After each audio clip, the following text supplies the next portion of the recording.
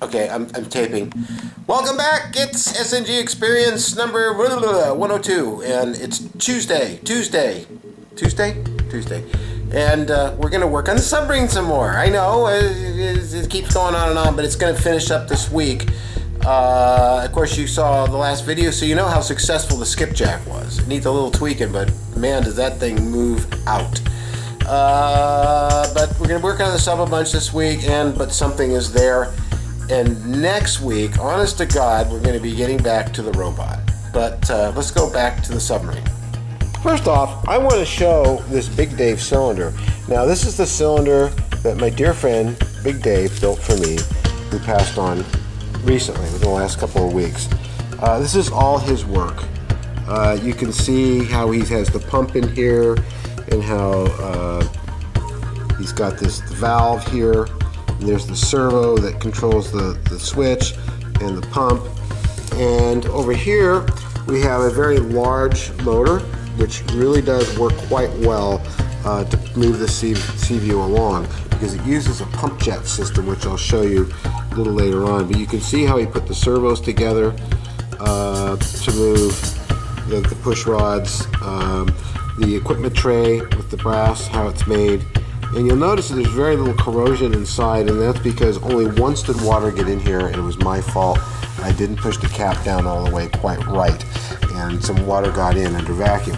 It's never done that since. In 7, going on 8 years, this has been a continuously good operating cylinder made by Big Dave. And despite what some people out there had said about his work, something about submarines, the customers of his products are wondering where the heck their submarines were in the bottom of the pond. This has never failed me. This bladder has never burst, and this model continues to work beautifully. So the RC ABS system is quite reliable when it's properly built, and Big Dave knew how to do it. And we love you, Big Dave, for the work that you did for us. And I'm so glad I got this model back. Mostly because of the cylinder, because it's something he built. I mean, there's his writing on it right there, top.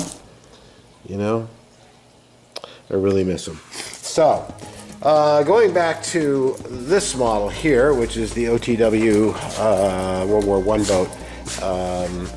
I yesterday put in these limber holes here. You can see, and they're on both sides, and they actually match up. You know how you can tell? You look through, and you can see light going through the other side. So I actually got them that even. So, because they have to be done by hand. Then in here we have, I put in a bunch of drains, not knowing where the actual drains go on this model. I kind of had to guess, and but it doesn't matter because we want it to be functional. And so these are some of the actual drains. And some of these are actual drains out here, but they're too far out on the side to effectively flood the compartment and drain the water. So I put these larger sort of Gato type drains in there. Okay? So, and now you can finally see how that all works. So what we're going to do now is get every stinking last part on this put on today.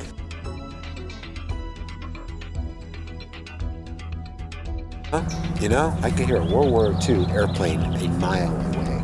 That's a radio. That's a Platt & Whitney or something. I've never heard one. Aha. I see it. It's a B-25, and he's just coming through the clouds. So I can get him.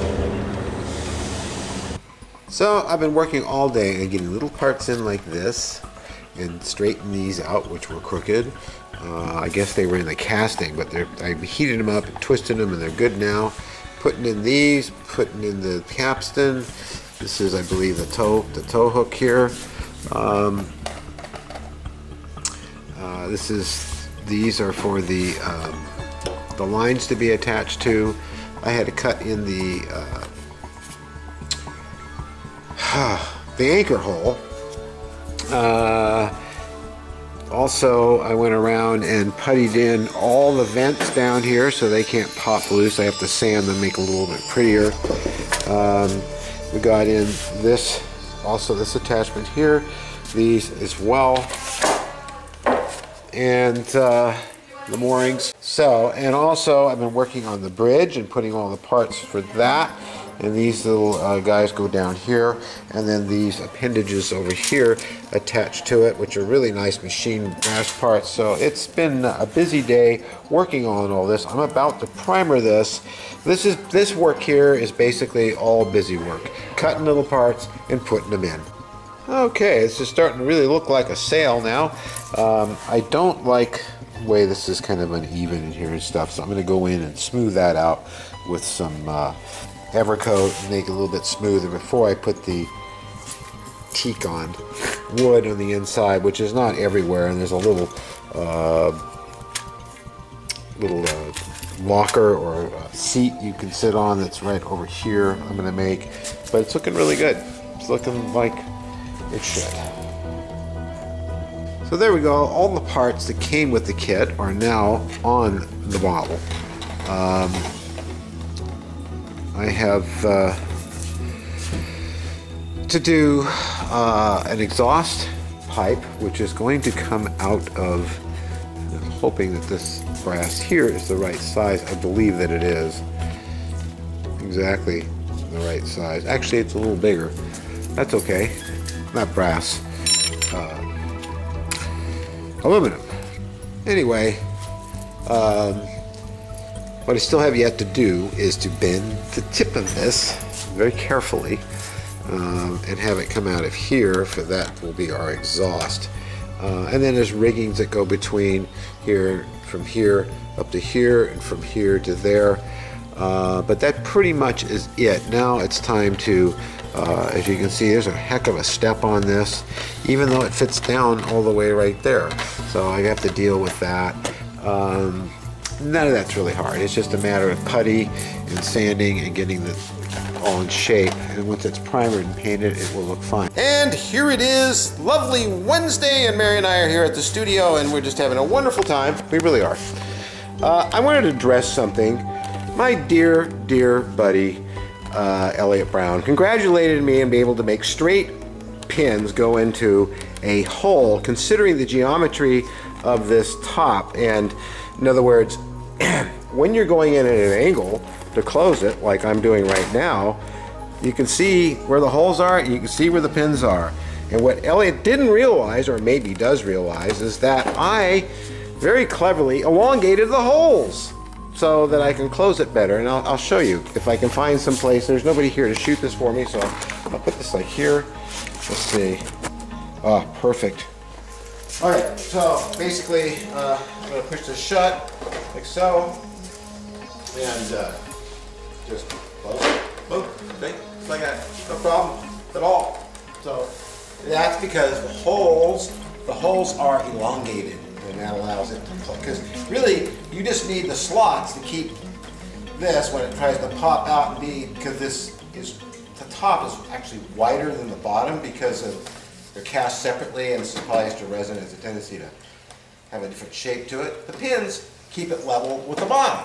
So now that I've sanded for about 3 hours and filled and did all this stuff, we've got a really nice fitting hole. I've got some red putty on there to fill some of the tiny scratches, but as you can see, this is really quite lovely now. And we don't have any steps or anything. It's just all just perfect. Got in front of the fan here drying out the red putty. We got a nice blend up here. The seams are all gone. The seam across that middle door is gone. So we're looking really good. So now that I've got the two halves fitting together good, I've got to put back the weld lines. And what I'm going to do is just use some Evercoat all-purpose filler and put some in between the tape there, and then pull the tape off. That should give me what I want. It's I've done fabric paint, raised fabric paint stuff, which works pretty good, but I think this will be a lot more permanent. Here it is. It's Thursday. I'm still on this, so I'm hoping to get a nice heavy coat of primer on it. I still have to put these bumpers on, which I forgot to do, but I'll do the welds first. So my fancy trick is working. I'm putting back the weld lines, and just watching this, you'll know what I've done. The putty hasn't gone off yet. So, but if you're careful when you pull off the tape, take it nice and slow, it'll leave that weld line right there, see? And you can sand it down a bit after it gets completely hard, and you've got your weld lines back. It's okay if they're oversized a bit, because you can sand them down, raised up too high. This really works. And there you go. So all those are back from the oversanding I had to do, and you can see I've got them over here too. So I'm going to let these get nice and hard, and then they're really nice. Ooh, we can feel it. The relief, the level of relief is just perfect. So lightly sand those down, and I got to put the bumpers on next, which I'm working on here, and those go like that. So these, the bumpers, I think that's what they're called, that go here. I had to shape these out of styrene. What I did is I stacked styrene, and then actually I think this is ABS, not styrene, but because it's kind of rubbery, and that suggests that's what it is, which is perfect for these bumpers, which go here. So I'm a little on the wide side, but then again it comes to narrow. So actually it's pretty much right on the money. A little bit wider, but we're okay, because who really knows? And that's going to go on to here like so in a minute after I have lunch, and that takes care of all the little parts that go on there. Now I had to make these because they don't come with the kit, so there is some of that. I also replaced these with made my own out of brass. They're a lot stronger. So still correcting a little bit of this stuff, because when I opened it up they chipped a little bit, but only a couple of them. Pretty good. And then there were some other ones that were missing up here. I replaced and put back. Nice thing is when it's still creamy like this, you can smooth it into the right direction. But this hull fits together so well. I've never been happier. Okay, so I've been working on this all day again, and of course we have to blend all this stuff. I'm going to lose these rivets somewhat. It's unavoidable when you're doing stuff like this not to get the stuff where you don't want it. I suppose I could have put some tape there, but this needed to be built up all underneath here so that this would be properly supported. We've got a good close now. I had to go back over it again in this spot right here. So I got to sand this down again tomorrow. We got a whole bunch of primer on it. We got the bumpers on. You can see it's fitting together really clean and nice. Pretty good seam all the way around. These look really nice. You know, because there used to be a seam running through here. So we should be able to start actually painting this boat tomorrow. I'm going to actually sand down everything on it and get it all smooth and nice, and go ahead and start painting it. And I also got to put the teak and stuff inside here. This is just pushed in temporarily. It's not permanently in there yet. Okay, so here we are. It's Friday and we're still working on this, and I'm finding there's lots of details. These skids that are used to keep you from slipping off this boat when you walk on it. I did with styrene last time, and this was so successful with the weld lines. Putting them back on, you can see how good they look. That I think I'll do it this way. This will actually be better because I had the styrene coming off on mine sometimes. I could re-glue it down, and it was a bit high, so this should be really nice. I'm just going to smooth some putty in there and just remove this whole thing. So as you can see, that worked out rather successfully. I get really nice skids on there, and of course those will be rock hard and part of the polyester, and being that's polyester itself, and this is polyester. So I still have some more to put here and from here to there, but it'll be a lot easier than doing these. And as you can see, this is the way that looks there. And that's the way that looks there.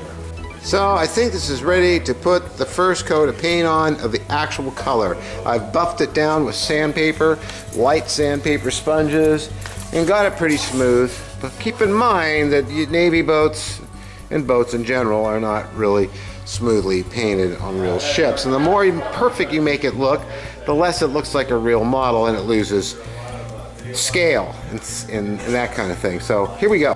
Okay, well here it is, Friday, and that's at the end of the day, and this is how far I got. This is camouflage gray. We are guessing about what the real color of the boat was. It's about the same color as mine, and the dark gray anti-foul underneath. And the ways I say it's a guess, because there are no color pictures of this boat. This was in World War I, so you can tell in some of the pictures that it's a two-tone. There are still some deformities and some dings in the hull, which I am going to leave because, in fact, I might even put more scratches and things in it because the real boat up close in those pictures, and of course all real submarines that I've seen, are quite beat up and weathered, and she looks almost too clean. So it's going to be heavily weathered, of course. It's a British boat. They're pretty much rust buckets, and the sail, of course, is not finished, but it's getting there. I still have more sanding to do, and a bit of filling right in here that I need to address, and just little bits here and there, but not too perfect, because boy, when you see these things up close, some of the unevenness and the cuts and the holes and stuff are quite pronounced. I'm not one to make a boat look like a perfectly punched out 3D printed Revell model. That's not how they looked. I like them to be roughed up and have a bit of scale and life breathed into them, and the hull itself, the whole shape already has some fair amount of rippling and stuff in the hull that really sells it as being a man-made hull, welded and riveted together. So I'm really pleased with it. I think it looks really, really cool. I just love it in this two-tone shade like this. Mine's the same way, but of course the sail is not painted the same color. Okay, we did not do a show last week. I was going to, but it got very busy this week, and there wasn't a heck of a lot to show that you haven't already seen, because I've been hard driving at doing the Submarine for Steve and finishing it so that I can start doing post-production pretty much full-time on But Something Is There. Although we will be working on the robot and building some models and things in between the lines. But it's really kind of quieted down here back in the bay. And of course, if you're watching the show and you want a model like this built, or any other kind of model, certainly contact us. We have the resources to take care of it, regardless of how busy I am working on the film. So, that meaning that we can get your model, your special effect, your puppet, your creature, your makeup, whatever it is you need for film production and special effects, and even CGI and After Effects and editorial. We are here to fill those needs for you.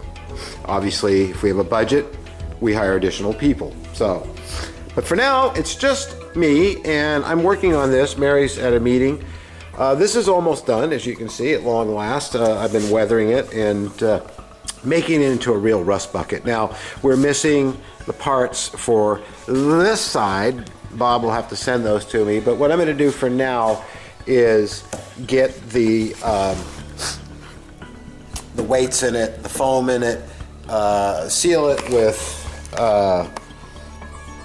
acrylic matte,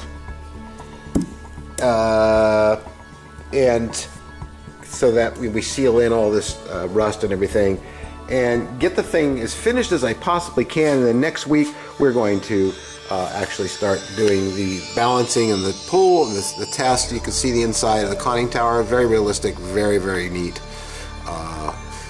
I really like this model a lot. I'm so proud to have one of these, because it really is an unusual boat. You don't often see one of these at the regattas or the ponds. After all, it's a World War I submarine. So we're going to get on with finishing this. We're going to put the clear coat on it and do all this kind of work, and we will be moving on to this guy here who's been asleep for a while. So here I am. I'm working on the Submarine for a change. It's actually getting close to being done. I have it temporarily turned on, And I just built a new mechanism for the rudders. You can see how sturdy these are, and I can't really flex them or move them any way. Before you could, and you certainly could in mine, because you have these very large shafts that run through them all the way up this height. And you need to be this height so you can be in line with this. I had this arm out here. I wasn't thinking, and it was short, so it wouldn't interfere with the outside of the sub, which made for very short leverage, which give you lots of leverage, actually, because the shorter end it is, the more pull you get, but I don't need it. And also it puts strain on the servo. I just had it all wrong. So I made a new piece. It's bent like this, so it clears this. And now we got a very snug little system. I put a brass tube over the shaft, up to the bearing down there, and in this very hard dental acrylic, and it's rock hard. And now we just have a beautiful, smooth mechanism that gives me all kinds of rudder whenever I want it, and no play. And likewise, I have very little play here too. So we got a lot of we got more up and down than I ever need. I have to tune it out. And of course, we have forward and backwards. Okay, except one small problem. When it's going forward, the prop's turning the wrong way. So I have to take the cylinder out again, and back here, reverse it. Now this is how it was when I got it. Sometimes there is a discrepancy between how things work in Europe and how they work over here, and what system you're using and what speed control versus whatever. It's backwards. So I have to go in there and reverse the plug. Everything else is working. Pump. Oh yes, and over here, this is controls the trim on the rudder dive planes, stern planes, bow planes. Sorry, and you can see how rock solid these are as well. We've got a lot of trim ability here to trim those. I like that because when I get underwater, I like to trim the nose.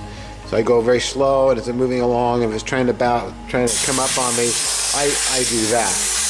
Or if it's trying to come up on me, I do that. So, and trim it in. This one does not have an auto leveler in it, but it does have fail-safe. So very good. This is just fantastic. Lots of rudder there and lots of elevator. We are good to go. This system is really working quite well. So she's all ready for testing. All our control surfaces are rock solid. Everything's turning the right way. Everything's snug as a bug. She can't rotate much now because very little at all, because there's this plate down here that blocks it from doing that on these two screws here. She can't float up because she's got that. I do need to get some Dean's connectors. They're all ordered and on the way. And the battery has a little stop down there, and basically what happens is we just put the battery in like that, and boom, we're in. And this is not the battery. This is the same shape and size battery that I'm getting for the client, but which I've also ordered, but it can't go anywhere, and it's not interfering with this either. There's plenty of room for that to move, so we're good on the trim and everything. I just need to get the connectors for that. I've also balanced the boat at the CG, well, at least the halfway point between the bow and the stern, and everything looks good. It will change when I go underwater. I have flotation foam on the underside, which hopefully will not collide with that, and some flotation foam there. This is a good place to start for when we get to Chris's pool and we start to actually do the sea trials.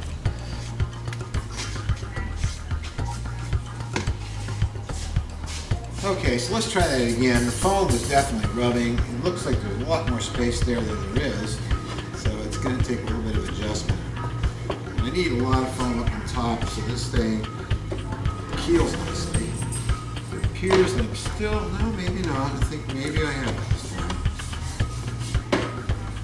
It appears that I do. Well, I am getting some resistance over here. Why I don't know.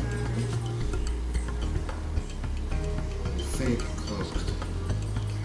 The other thing too is that foam presses down on the WTC, which also helps lock it in place. I do believe it closed rather well. So that's good. So there's still a little bit more room for foam when I actually test the model. We do the trimming on it.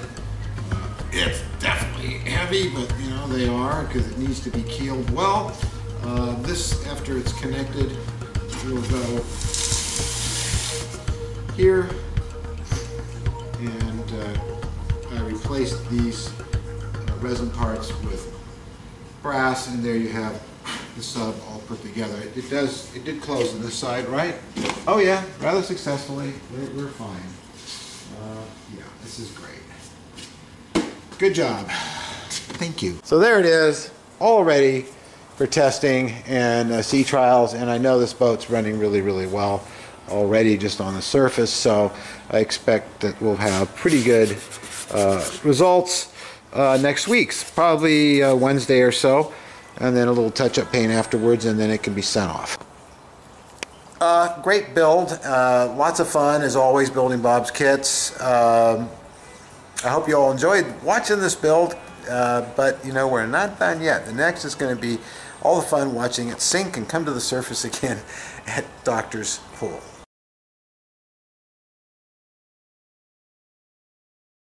Ready, rolling. Okay, hi everyone. We're at the Recreation Center in Simi Valley, and I'm about to fly indoors for the first time. I've never done that before. You've seen me fly outdoors in the wind with these little things. We're going to fly indoors. So, take off anyway, as long as you don't run into someone, right?